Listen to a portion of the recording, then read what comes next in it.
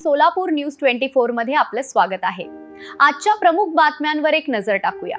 सोलापूर अक्कलकोट महामार्गावरील रुदेवाडी बस स्थानकाजवळ ST bus व मुरुमाने भरलेल्या डंपरचा भीषण अपघात झाला।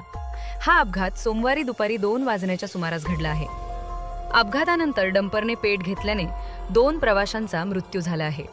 दरम्यान याबाबत पोलिसांनी सांगितले की अक्कलकोटहून गाणगापूरकडे जाणाऱ्या बसला रुदेवाडी बस स्थानकाजवळ मुरुमाने भरलेल्या डंपरने समोरून धडक दिली। या धडकेत एसटी बसचे प्रचंड नुकसान झाले आहे।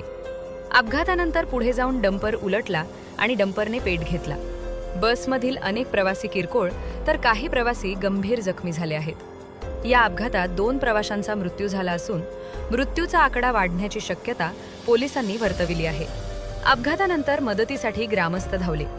घटनेची माहिती मिळताच पोलीस घटनास्थळी दाखल झाले आहेत। जखमींना उपचारासाठी जवळच्या रुग्णालयात दाखल करण्यात येत आहे।